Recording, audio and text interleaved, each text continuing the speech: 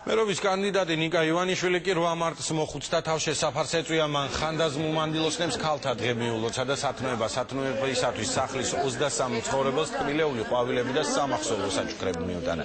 ნიკა ივანიშვილი აცხადებს, რომ 8 მარტს განსაკუთრებული ყურადღე სწორედ უხუცეს ქალბატონებს სჭირდება და ასეთი აქციები მომავალშიც გაგრძელდება.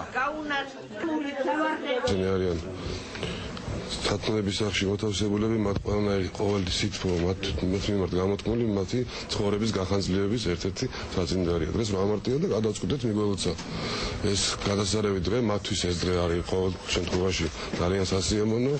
თავის და ვფიქრობ, რომ არა მარტო 8 მარტს, ჩვენ შეიძლება ამ სათნოების სახლთან მიმართებაში უმოვალს რაღაც პროექტები განვახორციელოთ. ძალიან ბედნიერები არიან, თქვენ თვითონ ნახეთ, აღარად ვიწყდებათ ადამიანებს ეს ხალხი.